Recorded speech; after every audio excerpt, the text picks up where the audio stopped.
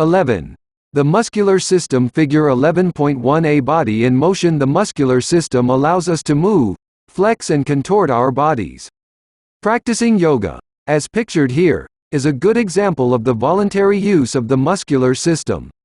Credit: Dmitry Yanchelenko. Introduction. Chapter Objectives. After studying this chapter, you will be able to describe the actions and roles of agonists and antagonists, explain the structure and organization of muscle fascicles and their role in generating force, explain the criteria used to name skeletal muscles, identify the skeletal muscles and their actions on the skeleton and soft tissues of the body, identify the origins and insertions of skeletal muscles and the prime movements. Think about the things that you do each day: talking, walking, sitting, standing, and running.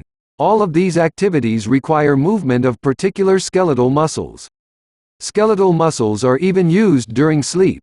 The diaphragm is a sheet of skeletal muscle that has to contract and relax for you to breathe day and night. If you recall from your study of the skeletal system and joints, body movement occurs around the joints in the body. The focus of this chapter is on skeletal muscle organization. The system to name skeletal muscles will be explained. In some cases, the muscle is named by its shape, and in other cases it is named by its location or attachments to the skeleton. If you understand the meaning of the name of the muscle, often it will help you remember its location and/or what it does. This chapter also will describe how skeletal muscles are arranged to accomplish movement, and how other muscles may assist, or be arranged on the skeleton to resist or carry out the opposite movement. The actions of the skeletal muscles will be covered in a regional manner, working from the head down to the toes. 11.1. Interactions of skeletal muscles, their fascicle arrangement, and their lever systems. By the end of this section, you will be able to compare and contrast agonist and antagonist muscles, describe how fascicles are arranged within a skeletal muscle, explain the major events of a skeletal muscle contraction within a muscle in generating force to move the skeleton. The tension created by the contraction of the fibers in most skeletal muscles is transferred to the tendons. The tendons are strong bands of dense, regular connective tissue that connect muscles to bones. The bone connection is why this muscle tissue is called skeletal muscle. Interactions of skeletal muscles in the body to pull on a bone, that is, to change the angle at its synovial joint, which essentially moves the skeleton. A skeletal muscle must also be attached to a fixed part of the skeleton. The movable end of the muscle that attaches to the bone being pulled is called the muscle's insertion, and the end of the muscle attached to a fixed, stabilized, bone is called the origin. During forearm flexion, bending the elbow, the brachioradialis assists the brachialis. Although a number of muscles may be involved in an action, the principal muscle involved is called the prime mover, or agonist. To lift a cup, a muscle called the biceps brachii is actually the prime mover. However, because it can be assisted by the brachialis is called a synergist in this action. Figure 11.2. A synergist can also be a fixator that stabilizes the bone that is the attachment for the prime mover's origin. Figure 11.2. Prime movers and synergists. The biceps brachii flex the lower arm. The brachioradialis, in the forearm, and brachialis, located deep to the biceps in the upper arm, are both synergists that aid in this motion. A muscle with the opposite action of the prime mover is called an antagonist. Antagonists play two important roles in muscle function. 1. They maintain body or limb position, such as holding the arm out or standing erect. And 2. They control rapid movement, as in shadow boxing without landing a punch or the ability to check the motion of a limb. For example, to extend the knee, a group of 4 muscles called the quadriceps femoris in the anterior compartment of the thigh are activated, and would be called the agonists of knee extension. However, to flex the knee joint, an opposite or antagonistic set of muscles called the hamstrings is activated. As you can see, these terms would also be reversed for the opposing action. If you consider the first action as the knee bending, the hamstrings would be called the agonists and the quadriceps femoris would then be called the antagonists. See Table 11.1 for a list of some agonists and antagonists. Agonist and antagonist skeletal muscle pairs. Agonist-antagonist movement. Biceps brachii. In the anterior compartment of the arm, triceps brachii. In the posterior compartment of the arm, the biceps brachii flexes the forearm, whereas the triceps brachii extends it. Hamstrings. Group of 3 muscles in the posterior compartment of the thigh. Quadriceps femoris. Group of 4 muscles in the anterior compartment of the thigh. The hamstrings flex the leg, whereas the quadriceps femoris extend it. Flexor digitorum superficialis and flexor digitorum profundus. In the anterior compartment of the forearm, extensor digitorum. In the posterior compartment of the forearm, the flexor digitorum superficialis and flexor digitorum profundus flex the fingers and the hand at the wrist, whereas the extensor digitorum extends the fingers and the hand at the wrist. Table 11.1. There are also skeletal muscles that do not pull against the skeleton for movements. For example, there are the muscles that produce facial expressions. The insertions and origins of facial muscles are in the skin, so that certain individual muscles contract to form a smile or frown, form sounds or words, and raise the eyebrows. There also are skeletal muscles in the tongue, and the external urinary and anal sphincters that allow for voluntary regulation of urination and defecation, respectively. In addition, the diaphragm contracts and relaxes to change the volume of the pleural cavities, but it does not move the skeleton to do this. Exercise and stretching. When exercising, it is important to first warm up the muscles. Stretching pulls on the muscle fibers, and it also results in an increased blood flow to the muscles being worked. Without a proper warm-up, it is possible that you may either damage some of the muscle fibers or pull a tendon. A pulled tendon, regardless of location, results in pain, swelling, and diminished function. If it is moderate to severe, the injury could immobilize you for an extended period. Recall the discussion about muscles crossing joints to create movement. Most of the joints you use during exercise are synovial joints, which have synovial fluid in the joint space between 2 bones. Exercise and stretching may also have a beneficial effect on synovial joints. Synovial fluid is a thin, but viscous film with the consistency of egg whites. When you first get up and start moving, your joints feel stiff for a number of reasons. After proper stretching and warm-up, the synovial fluid may become less viscous, allowing for better joint function. Patterns of fascicle organization. Skeletal muscle is enclosed in connective tissue scaffolding at 3 levels. Each muscle fiber, cell, is covered by endomysium, and the entire muscle is covered by epimysium. When a group of muscle fibers is bundled as a unit within the whole muscle by an additional covering of a connective tissue called perimysium, that bundled group of muscle fibers is called a fascicle. Fascicle arrangement by paramecia is correlated to the force generated by a muscle. It also affects the range of motion of the muscle. Based on the patterns of fascicle arrangement, skeletal muscles can be classified in several ways. What follows are the most common fascicle arrangements. Parallel muscles have fascicles that are arranged in the same direction as the long axis of the muscle. Figure 11.3. The majority of skeletal muscles in the body have this type of organization. Some parallel muscles are flat sheets that expand at the ends to make broad attachments. Other parallel muscles are rotund with tendons at one or both ends. Muscles that seem to be plump have a large mass of tissue located in the middle of the muscle, between the insertion and the origin, which is known as the central body. A more common name for this muscle is belly. When a muscle contracts, the contractile fibers shorten it to an even larger bulge. For example, extend and then flex your biceps brachii muscle. The large, middle section is the belly, figure 11.4. When a parallel muscle has a central, large belly that is spindle-shaped, meaning it tapers as it extends to its origin and insertion, it sometimes is called fusiform.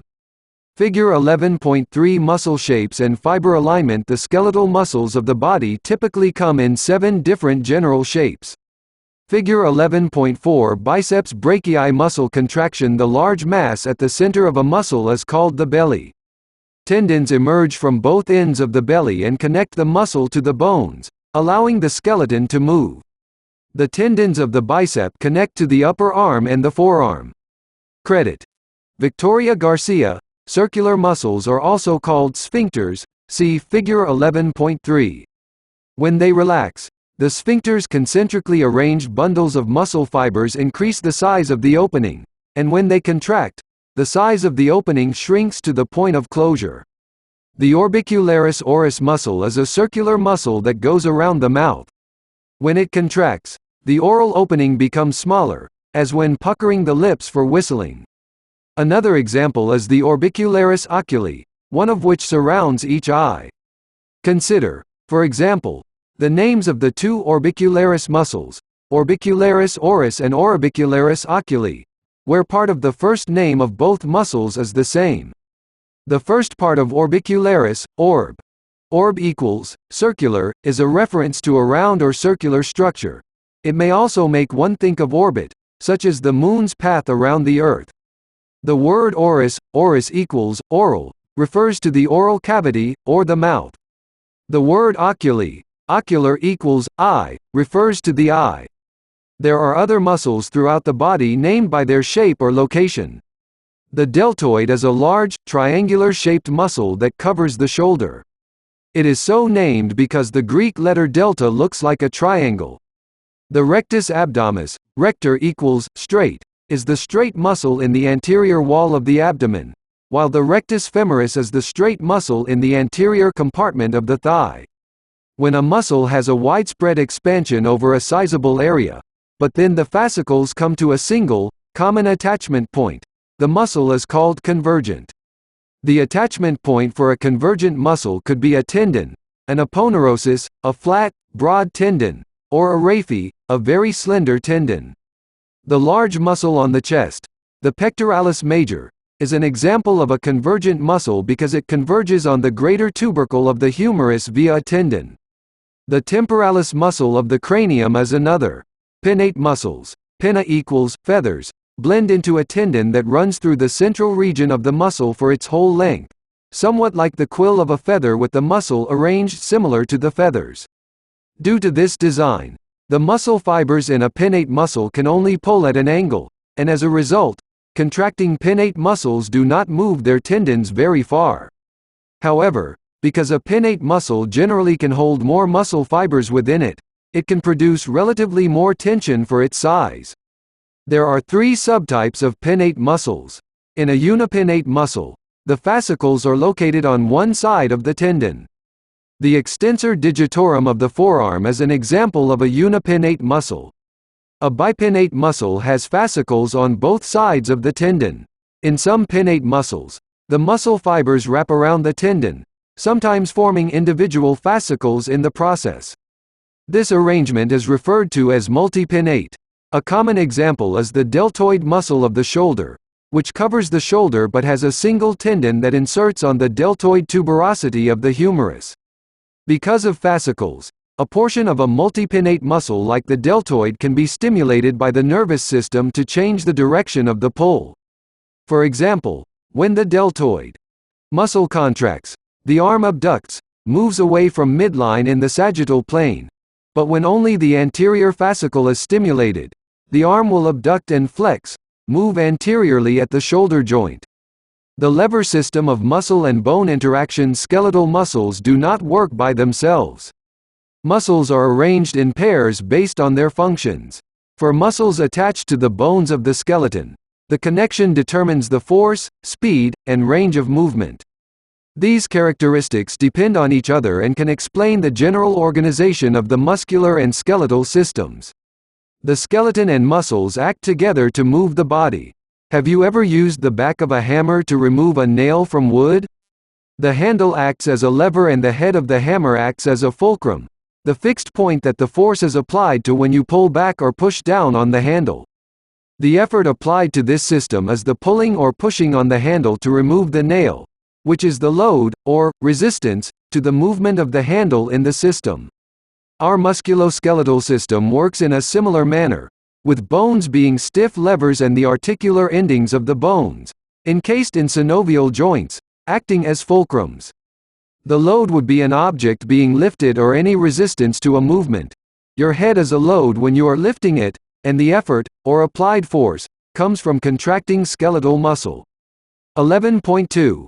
Naming skeletal muscles. By the end of this section, you will be able to describe the criteria used to name skeletal muscles, explain how understanding the muscle names helps describe shapes, location, and actions of various muscles. The Greeks and Romans conducted the first studies done on the human body in Western culture. The educated class of subsequent societies studied Latin and Greek, and therefore the early pioneers of anatomy continued to apply Latin and Greek terminology or roots when they named the skeletal muscles. The large number of muscles in the body and unfamiliar words can make learning the names of the muscles in the body seem daunting, but understanding the etymology can help. Etymology is the study of how the root of a particular word entered a language and how the use of the word evolved over time. Taking the time to learn the root of the words is crucial to understanding the vocabulary of anatomy and physiology. When you understand the names of muscles, it will help you remember where the muscles are located and what they do. Figure 11.5, Figure 11.6, and Table 11.2. Pronunciation of words and terms will take a bit of time to master, but after you have some basic information, the correct names and pronunciations will become easier. Figure 11.5 Overview of the muscular system. On the anterior and posterior views of the muscular system above, superficial muscles, those at the surface, are shown on the right side of the body, while deep muscles, those underneath the superficial muscles, are shown on the left half of the body. For the legs, superficial muscles are shown in the anterior view while the posterior view shows both superficial and deep muscles. Figure 11.6 Understanding a muscle name from the Latin mnemonic device for Latin roots. Example: Latin or Greek translation. Mnemonic device: add to. Toward, advance toward your goal. Ab, away from. N, a, sub, under. Submarines move underwater. Ductor, something that moves. A conductor makes a train move. Anti, against. If you are antisocial, you are against engaging in social activities. Epi, on top of. N, a, apo, to the side of. N, a. Longissimus, longest. Longissimus is longer than the word long. Longus, long, long. Brevis, short, brief. Maximus, large. Max, medius, medium. Medius and medium both begin with med. Minimus, tiny. Little. Mini, rectus, straight. To rectify a situation is to straighten it out. Multi, many. If something is multicolored, it has many colors. Uni, one. A unicorn has one horn. Bi, D2. If a ring is die-cast, it is made of two metals. Tri, three. Triple. The amount of money is 3 times as much. Quad, 4. Quadruplets are 4 children born at one birth. Table 11.2 Mnemonic device for Latin roots. Example: Latin or Greek translation. Mnemonic device: externus, outside, external, internus, inside, internal. Table 11.2 Anatomists name the skeletal muscles according to a number of criteria, each of which describes the muscle in some way. These include naming the muscle after its shape, its size compared to other muscles in the area, its location in the body or the location of its attachments to the skeleton, how many origins it has, or its action. The skeletal muscle's anatomical location or its relationship to a particular bone often determines its name. For example, the frontalis muscle is located on top of the frontal bone of the skull. Similarly, the shapes of some muscles are very distinctive and the names, such as orbicularis, reflect the shape. For the buttocks, the size of the muscles influences the names: gluteus maximus, largest; gluteus medius, medium; and the gluteus minimus, smallest. Names were given to indicate length: brevis, short; longus, long; and to identify position relative to the midline: lateralis, to the outside away from the midline, and medialis, toward the midline. The direction of the muscle fibers and fascicles are used to describe muscles relative to the midline, such as the rectus, straight, abdominis, or the oblique, at an angle, muscles of the abdomen. Some muscle names indicate the number of muscles in a group.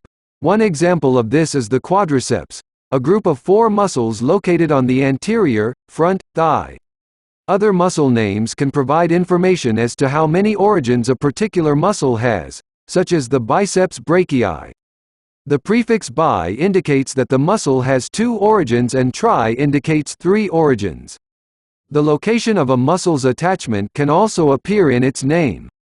When the name of a muscle is based on the attachments, the origin is always named first. For instance, the sternocleidomastoid muscle of the neck has a dual origin on the sternum, sterno, and clavicle, cleido, and it inserts on the mastoid process of the temporal bone. The last feature by which to name a muscle is its action. When muscles are named for the movement they produce, one can find action words in their name.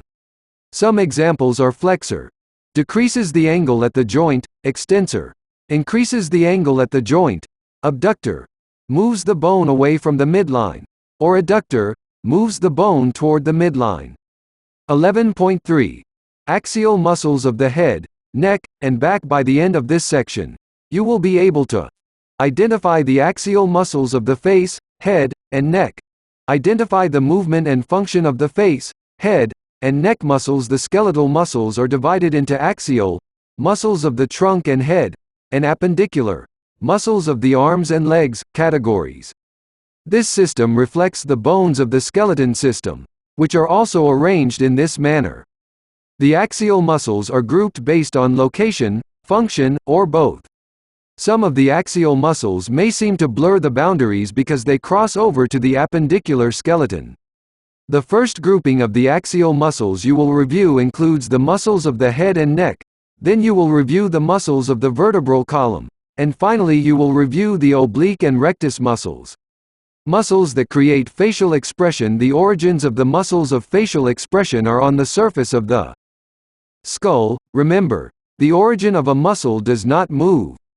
The insertions of these muscles have fibers intertwined with connective tissue and the dermis of the skin. Because the muscles insert in the skin rather than on bone, when they contract, the skin moves to create facial expression. Figure 11.7. Figure 11.7. Muscles of facial expression. Many of the muscles of facial expression insert into the skin surrounding the eyelids, nose and mouth, producing facial expressions by moving the skin rather than bones. The orbicularis oris is a circular muscle that moves the lips, and the orbicularis oculi is a circular muscle that closes the eye. The occipitofrontalis muscle moves up the scalp and eyebrows. The muscle has a frontal belly and an occipital, near the occipital bone on the posterior part of the skull, belly. In other words, there is a muscle on the forehead, frontalis, and one on the back of the head, occipitalis, but there is no muscle across the top of the head. Instead, the two bellies are connected by a broad tendon called the epicranial aponeurosis, or Galea aponeurosis. Galea equals apple. The physicians originally studying human anatomy thought the skull looked like an apple. A large portion of the face is composed of the buccinator muscle, which compresses the cheek. This muscle allows you to whistle, blow, and suck, and it contributes to the action of chewing. There are several small facial muscles, one of which is the corrugator supercilii, which is the prime mover of the eyebrows. Place your finger on your eyebrows at the point of the bridge of the nose. Raise your eyebrows as if you were surprised and lower your eyebrows as if you were frowning. With these movements, you can feel the action of the corrugator supercilii.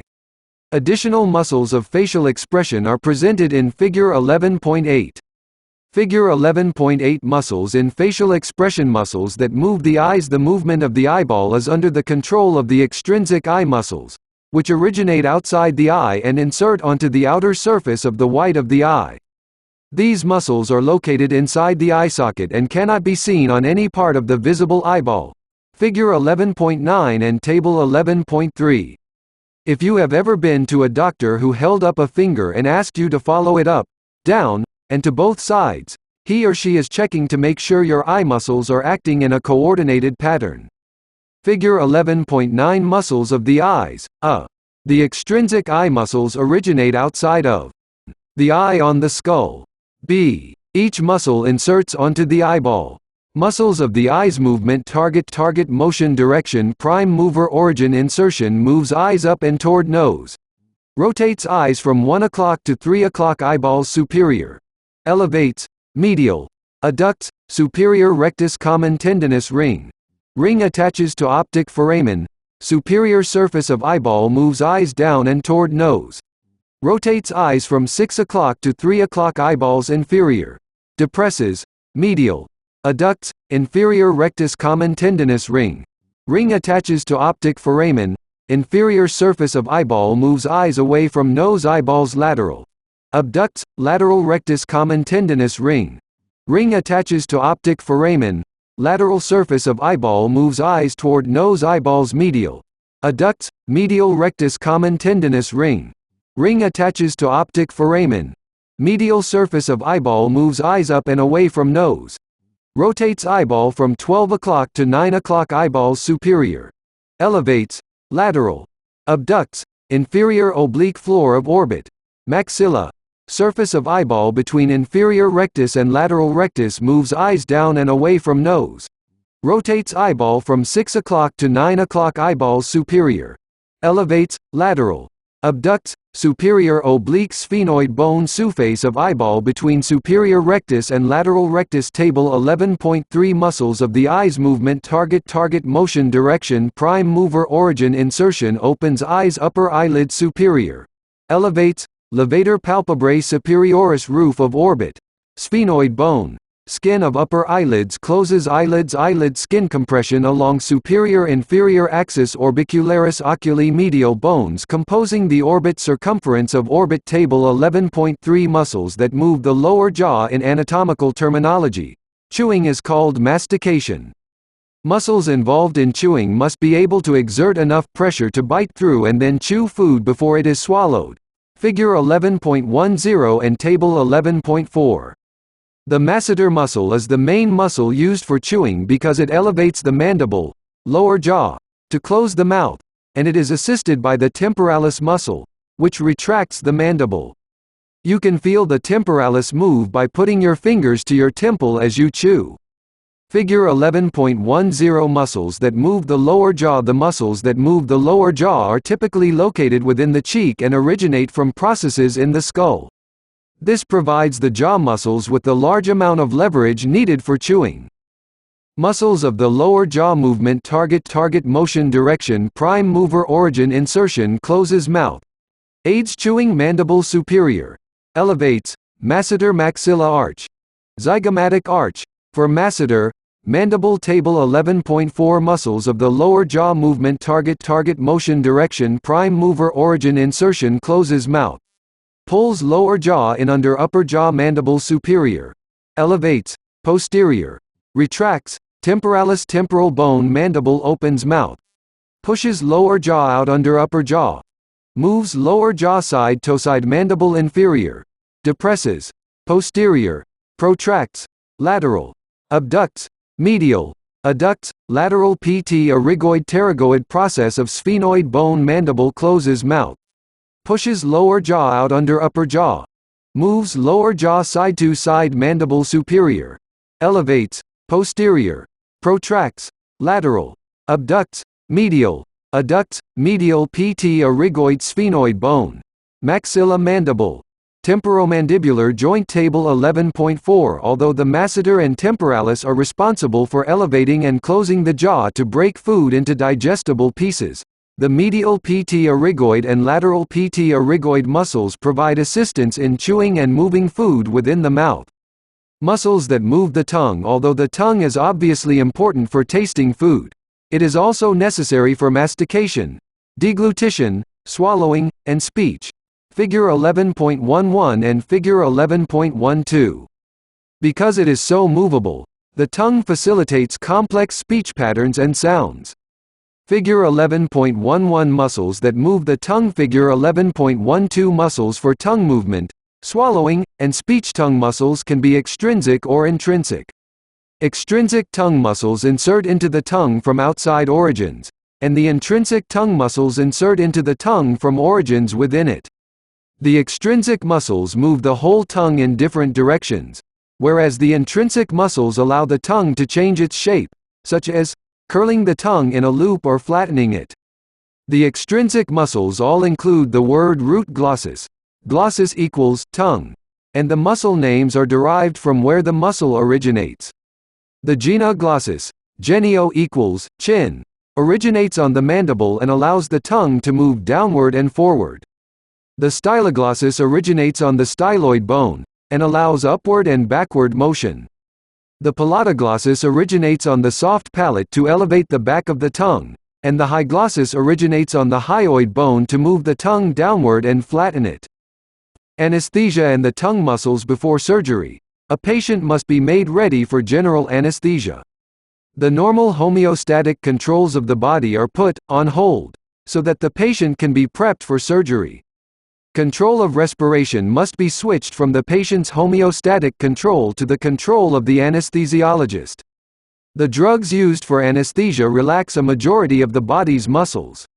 Among the muscles affected during general anesthesia are those that are necessary for breathing and moving the tongue. Under anesthesia, the tongue can relax and partially or fully block the airway, and the muscles of respiration may not move the diaphragm or chest wall. To avoid possible complications, the safest procedure to use on a patient is called endotracheal intubation. Placing a tube into the trachea allows the doctors to maintain a patient's open airway to the lungs and seal the airway off from the oropharynx. Post-surgery, the anesthesiologist gradually changes the mixture of the gases that keep the patient unconscious, and when the muscles of respiration begin to function, the tube is removed. It still takes about 30 minutes for a patient to wake up, and for breathing muscles to regain control of respiration. After surgery, most people have a sore or scratchy throat for a few days. Muscles of the anterior neck. The muscles of the anterior neck assist in deglutition, swallowing, and speech by controlling the positions of the larynx, voice box, and the hyoid bone, a horseshoe-shaped bone that functions as a solid foundation on which the tongue can move. The muscles of the neck are categorized according to their position relative to the hyoid bone. Figure 11.13. Suprahyoid muscles are superior to it, and the infrahyoid muscles are located inferiorly. Figure 11.13. Muscles of the anterior neck. The anterior muscles of the neck facilitate swallowing and speech. The suprahyoid muscles originate from above the hyoid bone in the chin region. The infrahyoid muscles originate below the hyoid bone in the lower neck. The suprahyoid muscles raise the hyoid bone, the floor of the mouth, and the larynx during deglutition. These include the digastric muscle, which has anterior and posterior bellies that work to elevate the hyoid bone and larynx when one swallows. It also depresses the mandible. The stylohyoid muscle moves the hyoid bone posteriorly, elevating the larynx, and the mylohyoid muscle lifts it and helps press the tongue to the top of the mouth. The geniohyoid depresses the mandible in addition to raising and pulling the hyoid bone anteriorly. The strap-like infrahyoid muscles generally depress the hyoid bone and control the position of the larynx. The omohyoid muscle, which has superior and inferior bellies, depresses the hyoid bone in conjunction with the sternohyoid and thyrohyoid muscles. The thyrohyoid muscle also elevates the larynx's thyroid cartilage, whereas the sternothyroid depresses it to create different tones of voice. Muscles that move the head, attached to the top of the vertebral column, is balanced, moved, and rotated by the neck muscles. Table 11.5.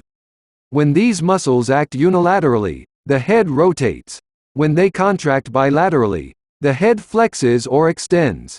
The major muscle that laterally flexes and rotates the head is the sternocleidomastoid. In addition, both muscles working together are the flexors of the head. Place your fingers on both sides of the neck and turn your head to the left and to the right. You will feel the movement originate there. This muscle divides the neck into anterior and posterior triangles when viewed from the side. Figure 11.14. Figure 11.14. Posterior and lateral views of the neck. The superficial and deep muscles of the neck are responsible for moving the head, cervical vertebrae, and scapulas. Muscles that move the head movement. Target motion direction. Prime mover origin. Insertion rotates and tilts head to the side. Tilts head forward. Skull. Vertebrae individually. Rotates head to opposite side. Bilaterally. Flexion. Sternocleidomastoid. Sternum. Clavicle. Temporal bone. Mastoid process. Occipital bone rotates and tilts head backwards. Skull. Vertebrae individually. Laterally flexes and rotates head to same side. bilaterally.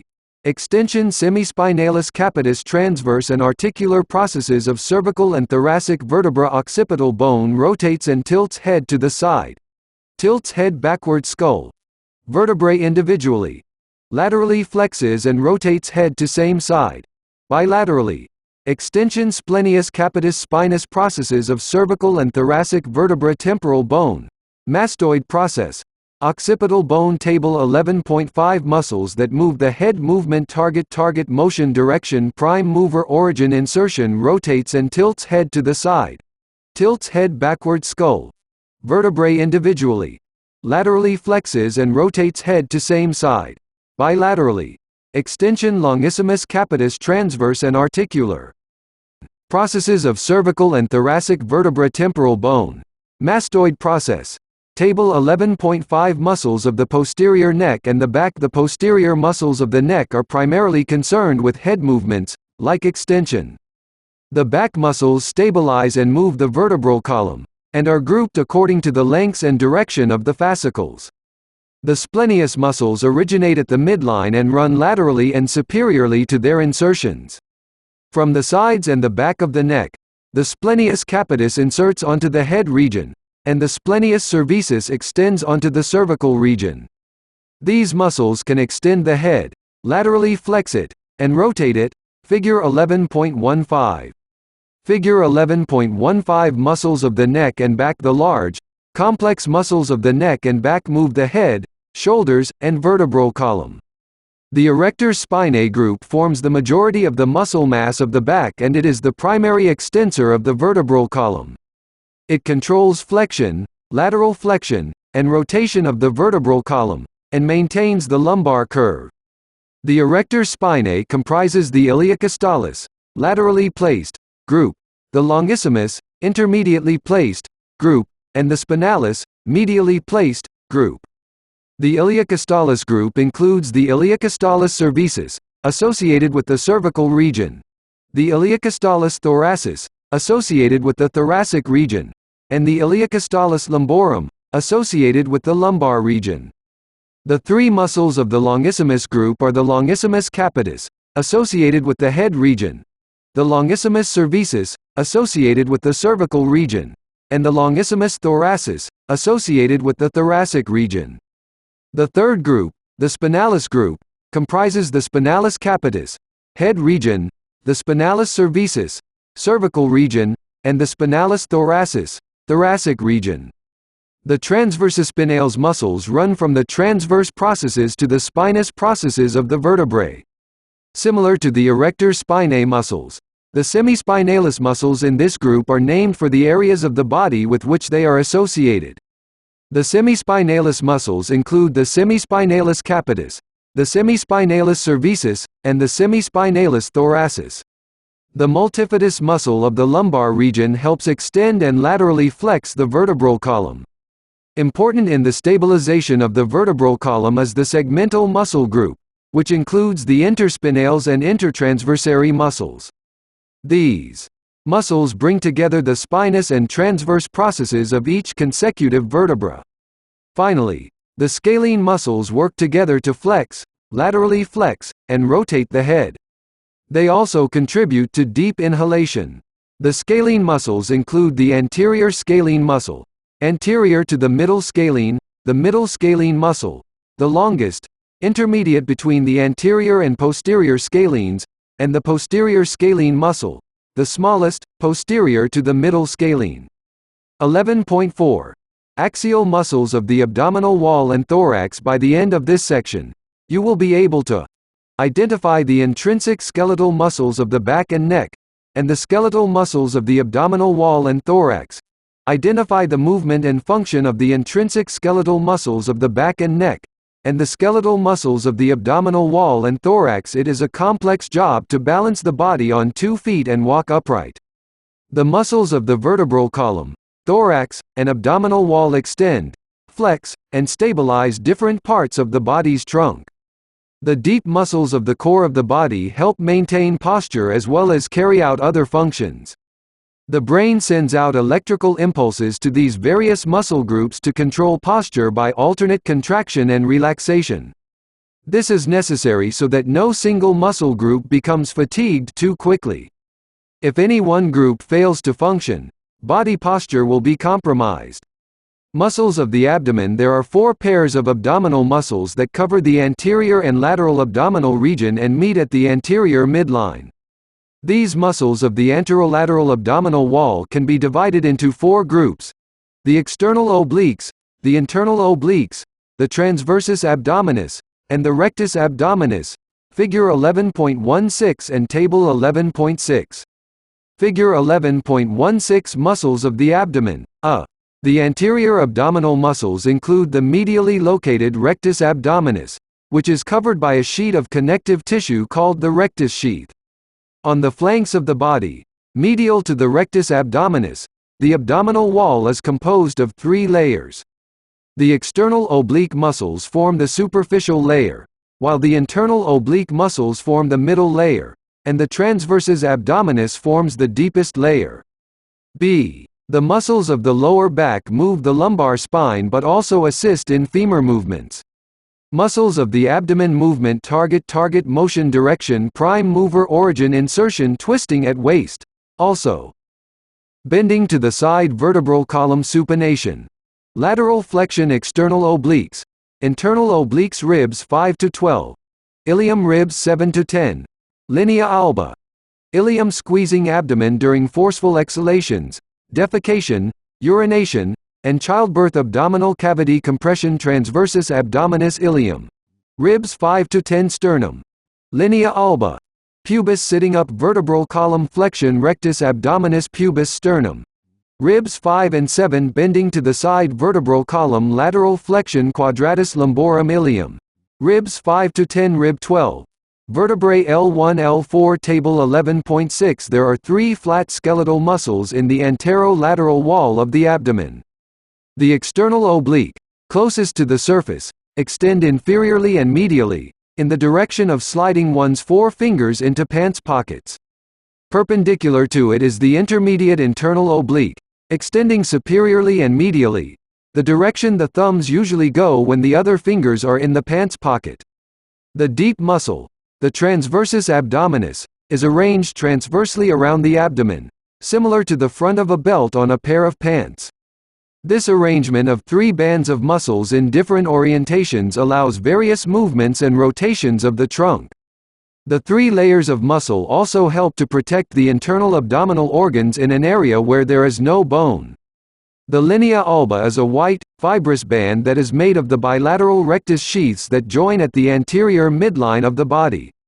These enclose the rectus abdominis muscles, a pair of long, linear muscles, commonly called the sit-up muscles, that originate at the pubic crest and symphysis, and extend the length of the body's trunk. Each muscle is segmented by 3 transverse bands of collagen fibers called the tendinous intersections.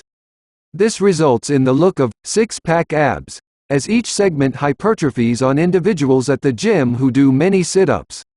The posterior abdominal wall is formed by the lumbar vertebrae, parts of the ilia of the hip bones, psoas major and iliacus muscles, and quadratus lumborum muscle. This part of the core plays a key role in stabilizing the rest of the body and maintaining posture. Physical therapists: those who have a muscle or joint injury will most likely be sent to a physical therapist, PT, after seeing their regular doctor. PTs have a master's degree or doctorate, and are highly trained experts in the mechanics of body movements. Many PTs also specialize in sports injuries.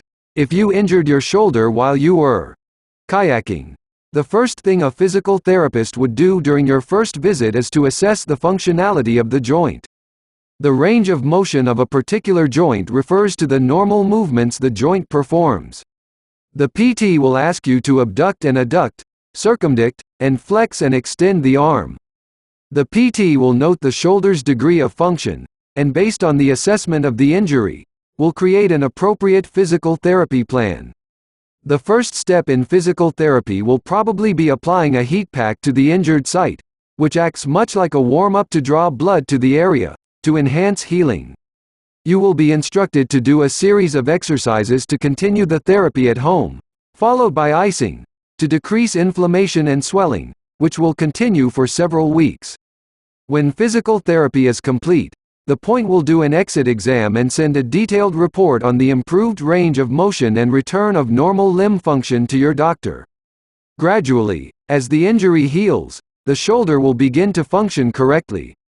A PT works closely with patients to help them get back to their normal level of physical activity. Muscles of the thorax. The muscles of the chest serve to facilitate breathing by changing the size of the thoracic cavity. Table 11.7. When you inhale, your chest rises because the cavity expands. Alternately, when you exhale, your chest falls because the thoracic cavity decreases in size. Muscles of the thorax movement. Target motion direction. Prime mover origin. Insertion inhalation. Exhalation thoracic cavity compression. Expansion diaphragm sternum. Ribs 6 to 12. Lumbar vertebrae central tendon inhalation. Exhalation ribs elevation. Expands thoracic cavity. External intercostals. Rib superior to each intercostal muscle. Rib inferior to each intercostal muscle. Forced exhalation. Ribs movement along superior, inferior axis to bring ribs closer together. Internal intercostals. Rib inferior to each intercostal muscle. Rib superior to each intercostal muscle. Table 11.7. The diaphragm. The change in volume of the thoracic cavity during breathing is due to the alternate contraction and relaxation of the diaphragm. Figure 11.17. It separates the thoracic and abdominal cavities, and is dome-shaped at rest. The superior surface of the diaphragm is convex, creating the elevated floor of the thoracic cavity. The inferior surface is concave, creating the curved roof of the abdominal cavity. Figure 11.17. Muscles of the diaphragm. The diaphragm separates the thoracic and abdominal cavities. Defecating, urination, and even childbirth involve cooperation between the diaphragm and abdominal muscles. This cooperation is referred to as the Valsalva maneuver. You hold your breath by a steady contraction of the diaphragm. This stabilizes the volume and pressure of the peritoneal cavity.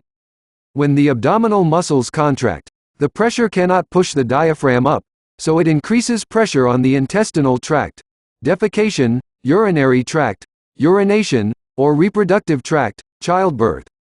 The inferior surface of the pericardial sac and the inferior surfaces of the pleural membranes, parietal pleura, fuse onto the central tendon of the diaphragm. To the sides of the tendon are the skeletal muscle portions of the diaphragm, which insert into the tendon while having a number of origins including the xiphoid process of the sternum anteriorly, the inferior 6 ribs and their cartilages laterally, and the lumbar vertebrae and 12th ribs posteriorly.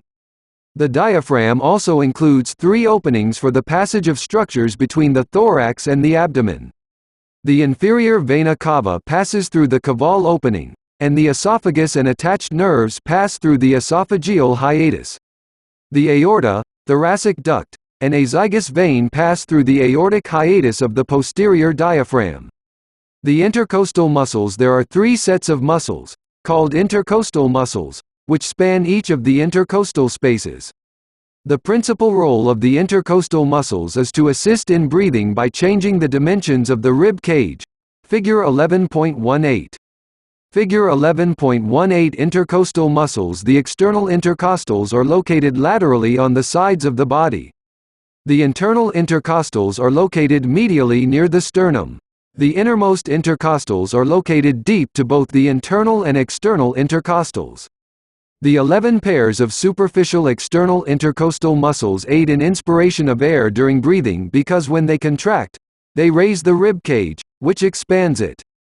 The 11 pairs of internal intercostal muscles, just under the externals, are used for expiration because they draw the ribs together to constrict the rib cage. The innermost intercostal muscles are the deepest, and they act as synergists for the action of the internal intercostals. Muscles of the pelvic floor and perineum. The pelvic floor is a muscular sheath that defines the inferior portion of the pelvic cavity. The pelvic diaphragm, spanning anteriorly to posteriorly from the pubis to the coccyx, comprises the levator ani and the ischiococcygeus. Its openings include the anal canal and urethra, and the vagina in women. The large levator ani consists of 2 skeletal muscles, the pubococcygeus and the iliacoccygeus. Figure 11.19. The levator ani is considered the most important muscle of the pelvic floor because it supports the pelvic viscera. It resists the pressure produced by contraction of the abdominal muscles so that the pressure is applied to the colon to aid in defecation and to the uterus to aid in childbirth, assisted by the ischiococcygeus, which pulls the coccyx anteriorly. This muscle also creates skeletal muscle sphincters at the urethra and anus. Figure 11.19. Muscles of the pelvic floor. The pelvic floor muscles support the pelvic organs, resist intra-abdominal pressure, and work as sphincters for the urethra, rectum, and vagina. The perineum is the diamond-shaped space between the pubic symphysis, anteriorly, the coccyx, posteriorly, and the ischial tuberosities, laterally, lying just inferior to the pelvic diaphragm, levator ani and coccygeus. Divided transversely into triangles, the anterior is the urogenital triangle, which includes the external genitals. The posterior is the anal triangle, which contains the anus. Figure 11.20. The perineum is also divided into superficial and deep layers with some of the muscles common to men and women. Figure 11.21. Women also have the compressor urethrae and the sphincter urethrovaginalis, which function to close the vagina. In men, there is the deep transverse perineal muscle that plays a role in ejaculation. Figure 11.20. Muscles of the perineum. The perineum muscles play roles in urination in both sexes, ejaculation in men, and vaginal contraction in women. Figure 11.21. Muscles of the perineum common to men and women. 11.5. Muscles of the pectoral girdle and upper limbs. By the end of this section, you will be able to identify the muscles of the pectoral girdle and upper limbs. Identify the movement and function of the pectoral girdle and upper limbs. Muscles of the shoulder and upper limb can be divided into 4 groups. Muscles that stabilize and position the pectoral girdle, muscles that move the arm, muscles that move the forearm, and muscles that move the wrists, hands, and fingers. The pectoral girdle, or shoulder girdle, consists of the lateral ends of the clavicle and scapula, along with the proximal end of the humerus, and the muscles covering these 3 bones to stabilize the shoulder joint. The girdle creates a base from which the head of the humerus, in its ball and socket joint with the glenoid fossa of the scapula, can move the arm in multiple directions. Muscles that position the pectoral girdle. Muscles that position the pectoral girdle are located either on the anterior thorax or on the posterior thorax. Figure 11.22 and Table 11.8. The anterior muscles include the subclavius, pectoralis minor, and serratus anterior. The posterior muscles include the trapezius, rhomboid major, and rhomboid minor. When the rhomboids are contracted, your scapula moves medially, which can pull the shoulder and upper limb posteriorly. Figure 11.22. Muscles that position the pectoral girdle. The muscles that stabilize the pectoral girdle make it a steady base on which other muscles can move the arm. Note that the pectoralis major and deltoid, which move the humerus, are cut here to show the deeper positioning muscles. Muscles that position the pectoral girdle position in the thorax movement. Target motion direction. Prime mover origin insertion. Anterior thorax stabilizes clavicle during movement by depressing it. Clavicle depression. Subclavius first rib. Inferior surface of clavicle. Anterior thorax rotates shoulder anteriorly.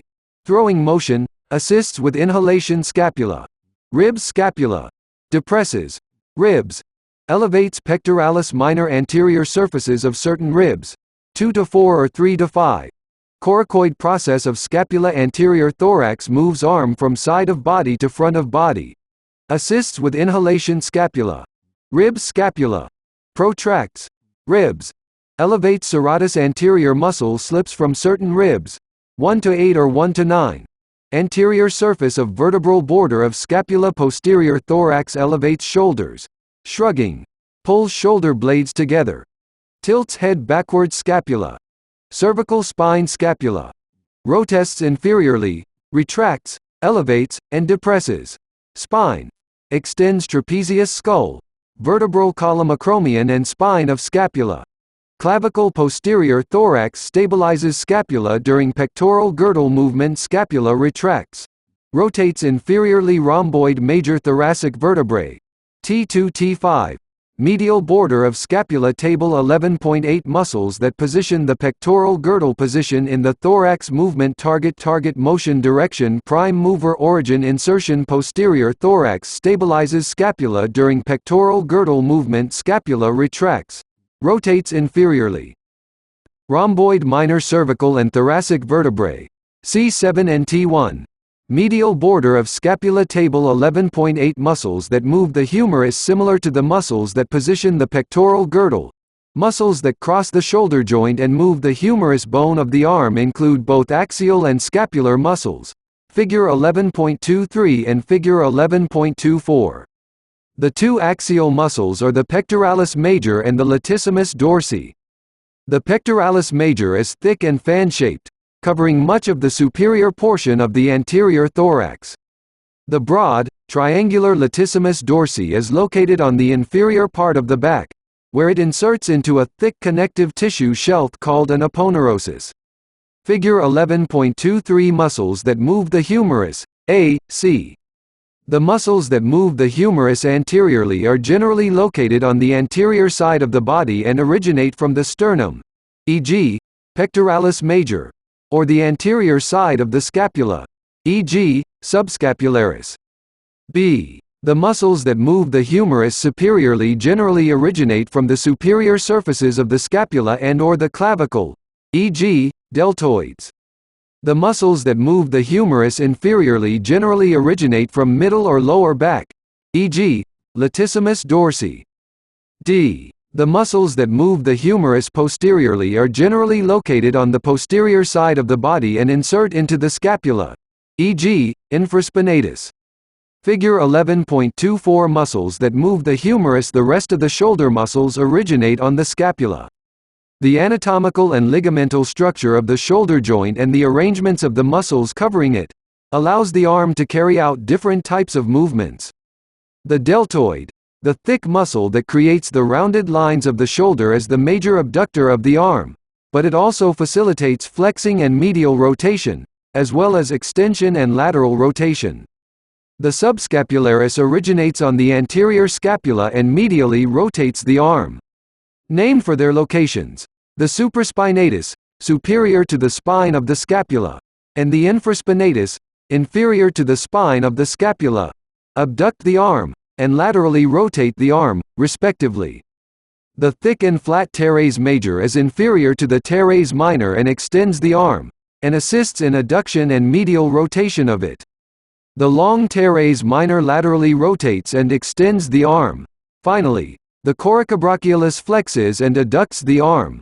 The tendons of the deep subscapularis, supraspinatus, infraspinatus, and teres minor connect the scapula to the humerus, forming the rotator cuff, musculotendinous cuff, the circle of tendons around the shoulder joint.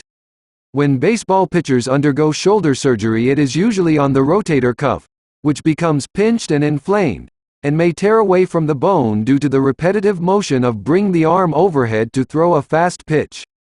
Muscles that move the forearm. The forearm, made of the radius and ulna bones, has four main types of action at the hinge of the elbow joint: flexion, extension, pronation, and supination. The forearm flexors include the biceps brachii, brachialis, and brachioradialis. The extensors are the triceps brachii and anconeus. The pronators are the pronator teres and the pronator quadratus, and the supinator is the only one that turns the forearm anteriorly. When the forearm faces anteriorly, it is supinated. When the forearm faces posteriorly, it is pronated. The biceps brachii, brachialis, and brachioradialis flex the forearm. The two-headed biceps brachii crosses the shoulder and elbow joints to flex the forearm, also taking part in supinating the forearm at the radio-ulnar joints and flexing the arm at the shoulder joint. Deep to the biceps brachii, the brachialis provides additional power in flexing the forearm. Finally, the brachioradialis can flex the forearm quickly or help lift a load slowly.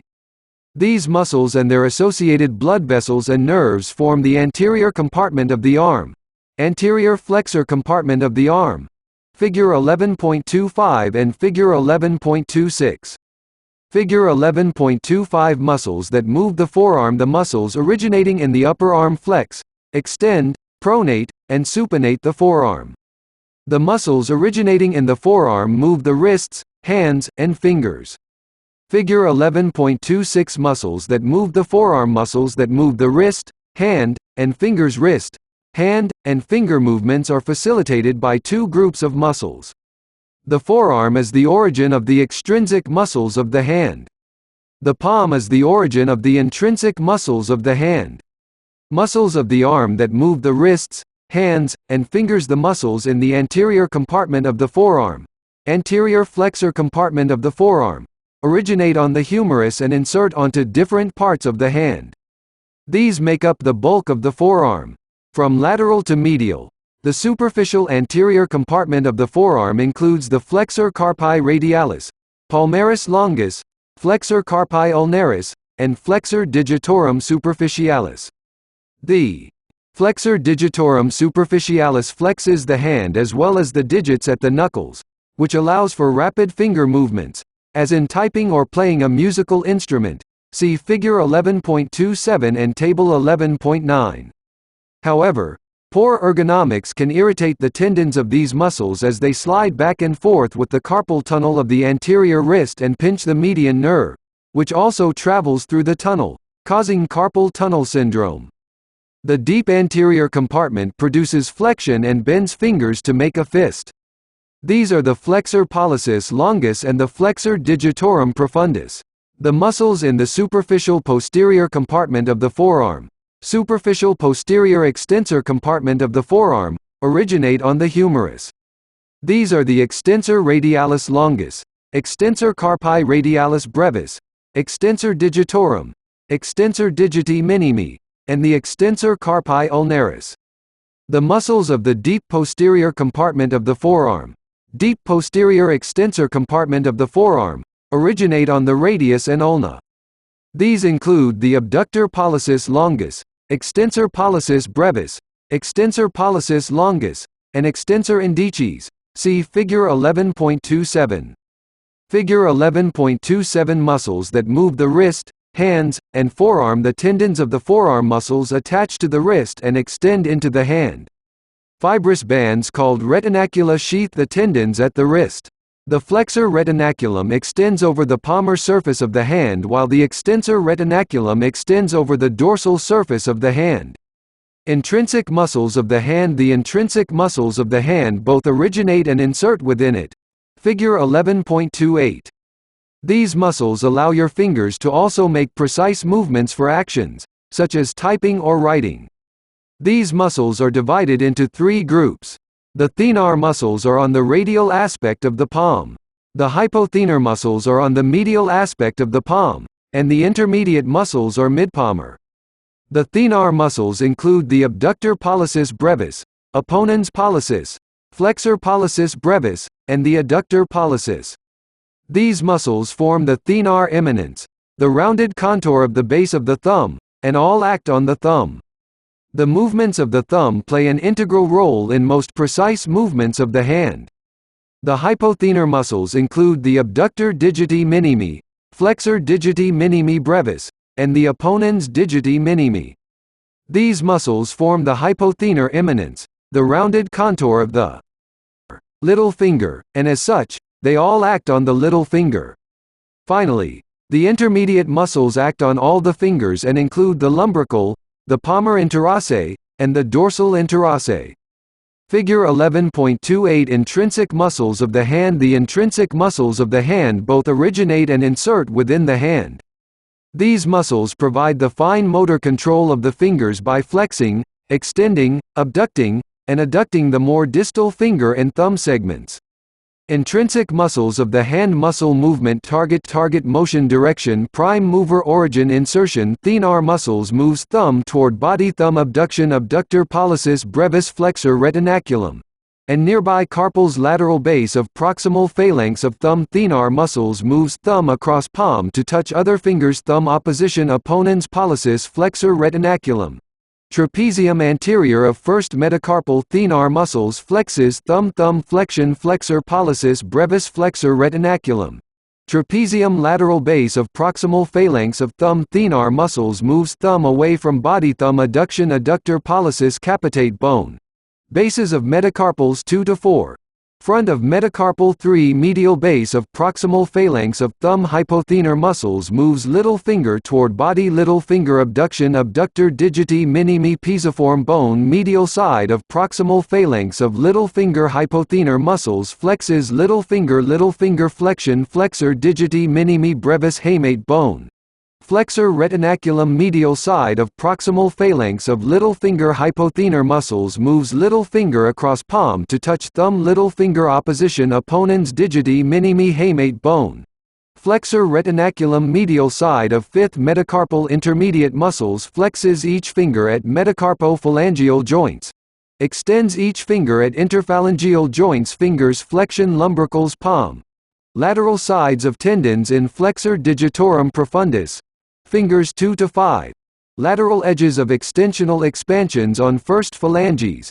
Intermediate muscles adducts and flexes each finger at metacarpophalangeal joints. Extends each finger at interphalangeal joints fingers adduction. Flexion. Extension palmar interossae side of each metacarpal that faces metacarpal 3. Absent from metacarpal 3. Extensor expansion on first phalanx of each finger. Except finger 3. On side facing finger 3 table 11.9 intrinsic muscles of the hand muscle movement target motion direction prime mover origin insertion intermediate. Muscles abducts and flexes the 3 middle fingers at metacarpophalangeal joints. Extends the 3 middle fingers at interphalangeal joints fingers abduction. Flexion. Extension dorsal interossae sides of metacarpals both sides of finger 3. For each other finger. Extensor expansion over first phalanx on side opposite finger 3 table 11.9-11.6. Appendicular muscles of the pelvic girdle and lower limbs. By the end of this section, you will be able to identify the appendicular muscles of the pelvic girdle and lower limb. Identify the movement and function of the pelvic girdle and lower limb, the appendicular muscles of the lower body position, and stabilize the pelvic girdle, which serves as a foundation for the lower limbs. Comparatively, there is much more movement at the pectoral girdle than at the pelvic girdle. There is very little movement of the pelvic girdle because of its connection with the sacrum at the base of the axial skeleton. The pelvic girdle is less range of motion because it was designed to stabilize and support the body. Muscles of the thigh. What would happen if the pelvic girdle, which attaches the lower limbs to the torso, were capable of the same range of motion as the pectoral girdle? For one thing, walking would expend more energy if the heads of the femurs were not secured in the acetabula of the pelvis. The body's center of gravity is in the area of the pelvis. If the center of gravity were not to remain fixed, standing up would be difficult as well. Therefore, what the leg muscles lack in range of motion and versatility, they make up for in size and power, facilitating the body's stabilization, posture, and movement. Gluteal region muscles that move the femur. Most muscles that insert on the femur, the thigh bone, and move it, originate on the pelvic girdle. The PSOs major and iliacus make up the iliopsoas group. Some of the largest and most powerful muscles in the body are the gluteal muscles or gluteal group. The gluteus maximus is the largest. Deep to the gluteus maximus is the gluteus medius, and deep to the gluteus medius is the gluteus minimus. The smallest of the trio, Figure 11.29 and Figure 11.30. Figure 11.29 Hip and thigh muscles. The large and powerful muscles of the hip that move the femur generally originate on the pelvic girdle and insert into the femur. The muscles that move the lower leg typically originate on the femur and insert into the bones of the knee joint. The anterior muscles of the femur extend the lower leg but also aid in flexing the thigh. The posterior muscles of the femur flex the lower leg but also aid in extending the thigh. A combination of gluteal and thigh muscles also adduct, abduct, and rotate the thigh and lower leg. Figure 11.30 Gluteal region muscles that move the femur. The tensor fascia latae is a thick, squarish muscle in the superior aspect of the lateral thigh. It acts as a synergist of the gluteus medius and iliopsoas in flexing and abducting the thigh. It also helps stabilize the lateral aspect of the knee by pulling on the iliotibial tract band, making it taut. Deep to the gluteus maximus, the piriformis, obturator internus, obturator externus, superior gemellus, inferior gemellus, and quadratus femoris laterally rotate the femur at the hip. The adductor longus, adductor brevis, and adductor magnus can both medially and laterally rotate the thigh depending on the placement of the foot. The adductor longus flexes the thigh, whereas the adductor magnus extends it. The pectineus adducts and flexes the femur at the hip as well. The pectineus is located in the femoral triangle, which is formed at the junction between the hip and the leg and also includes the femoral nerve, the femoral artery, the femoral vein, and the deep inguinal lymph nodes. Thigh muscles that move the femur, tibia, and fibula. Deep fascia in the thigh separates it into medial, anterior, and posterior compartments. See Figure 11.29 and Figure 11.31. The muscles in the medial compartment of the thigh are responsible for adducting the femur at the hip. Along with the adductor longus, adductor brevis, adductor magnus, and pectineus, the strap-like gracilis adducts the thigh in addition to flexing the leg at the knee. Figure 11.31. Thigh muscles that move the femur, tibia, and fibula. The muscles of the anterior compartment of the thigh flex the thigh and extend the leg. This compartment contains the quadriceps femoris group, which actually comprises 4 muscles that extend and stabilize the knee. The rectus femoris is on the anterior aspect of the thigh. The vastus lateralis is on the lateral aspect of the thigh. The vastus medialis is on the medial aspect of the thigh. And the vastus intermedius is between the vastus lateralis and vastus medialis and deep to the rectus femoris. The tendon common to all 4 is the quadriceps tendon, patellar tendon, which inserts into the patella and continues below it as the patellar ligament. The patellar ligament attaches to the tibial tuberosity. In addition to the quadriceps femoris, the sartorius is a band-like muscle that extends from the anterior superior iliac spine to the medial side of the proximal tibia. This versatile muscle flexes the leg at the knee and flexes, abducts, and laterally rotates the leg at the hip. This muscle allows us to sit cross-legged.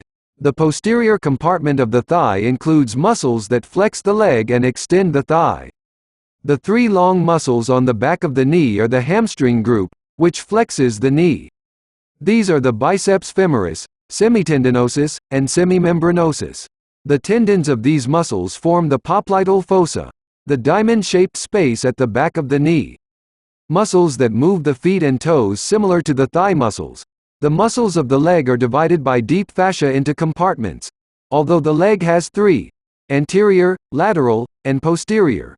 Figure 11.32 and Figure 11.33.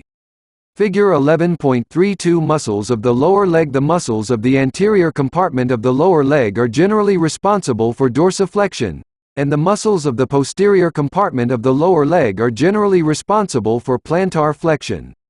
The lateral and medial muscles in both compartments invert, evert, and rotate the foot. Figure 11.33. Muscles that move the feet and toes. The muscles in the anterior compartment of the leg. The tibialis anterior, a long and thick muscle on the lateral surface of the tibia. The extensor hallucis longus, deep under it, and the extensor digitorum longus, lateral to it, all contribute to raising the front of the foot when they contract. The fibularis tertius, a small muscle that originates on the anterior surface of the fibula, is associated with the extensor digitorum longus and sometimes fused to it, but is not present in all people. Thick bands of connective tissue called the superior extensor retinaculum, transverse ligament of the ankle, and the inferior extensor retinaculum, hold the tendons of these muscles in place during dorsiflexion. The lateral compartment of the leg includes 2 muscles, the fibularis longus, peroneus longus, and the fibularis brevis, peroneus brevis. The superficial muscles in the posterior compartment of the leg all insert onto the calcaneal tendon, Achilles tendon, a strong tendon that inserts into the calcaneal bone of the ankle. The muscles in this compartment are large and strong and keep humans upright. The most superficial and visible muscle of the calf is the gastrocnemius. Deep to the gastrocnemius is the wide, flat soleus. The plantaris runs obliquely between the two. Some people may have two of these muscles, whereas no plantaris is observed in about 7% of other cadaver dissections. The plantaris tendon is a desirable substitute for the fascia lata in hernia repair, tendon transplants, and repair of ligaments. There are 4 deep muscles in the posterior compartment of the leg as well: the poplitis, flexor digitorum longus, flexor hallucis longus, and tibialis posterior. The foot also has intrinsic muscles, which originate and insert within it, similar to the intrinsic muscles of the hand. These muscles primarily provide support for the foot and its arch, and contribute to movements of the toes. Figure 11.34 and Figure 11.35. The principal support for the longitudinal arch of the foot is a deep fascia called plantar aponeurosis, which runs from the calcaneus bone to the toes. Inflammation of this tissue is the cause of plantar fasciitis, which can affect runners. The intrinsic muscles of the foot consist of 2 groups. The dorsal group includes only one muscle, the extensor digitorum brevis. The second group is the plantar group, which consists of 4 layers, starting with the most superficial. Figure 11.34 Intrinsic muscles of the foot. The muscles along the dorsal side of the foot, generally extend the toes, while the muscles of the plantar side of the foot, B, C, D, generally flex the toes. The plantar muscles exist in 3 layers, providing the foot the strength to counterbalance the weight of the body. In this diagram, these 3 layers are shown from a plantar view, beginning with the bottom-most layer just under the plantar skin of the foot, B, and ending with the top-most layer, D, located just inferior to the foot and toe bones. Figure 11.35 Intrinsic muscles in the foot.